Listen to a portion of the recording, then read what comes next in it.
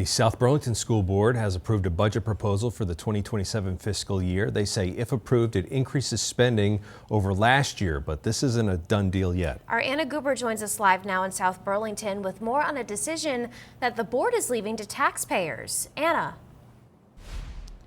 Yeah, Liz and Brian, naturally that higher spending plan could result in higher costs for people here in South Burlington, but the board knows that not everyone is prepared to shoulder that burden, so that's why they've come up with a backup plan if that higher spending plan fails. With just under 50 days until town meeting day, the South Burlington School Board has approved a budget proposal for fiscal year 2027. The decision that the board took last night, which I personally did not agree with, but the board voted, was that we were going to give the voters a chance to approve a budget that is higher than last year. School Board Chair Seamus Absher says the board considered two proposals. One that does not increase spending over last year.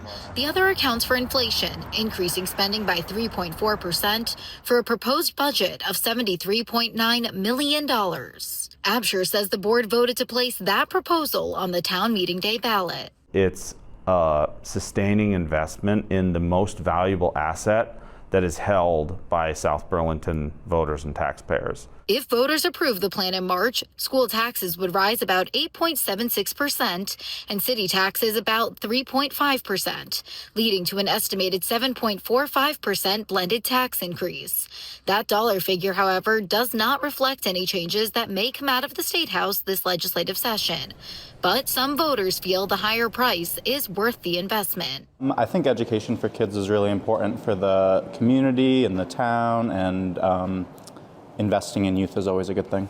But if voters reject the budget in March, Absher says the board has a backup plan to hold a revote, then asking voters to consider the proposal that does not increase spending, an option some voters find more appealing. Naturally, because I'm human and my taxes are very high and I'm on a fixed budget. Absher says if spending does not increase in the 2027 fiscal year, the cost may come at some staff cuts. He says the board has mostly heard from people supportive of investing in the district.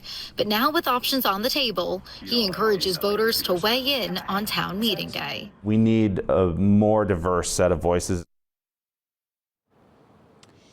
And as of today, voters have just 47 days until they can cast their ballots. 2026 town meeting day is on Tuesday, March 3rd. In South Burlington, Anna Goober, NBC5 News.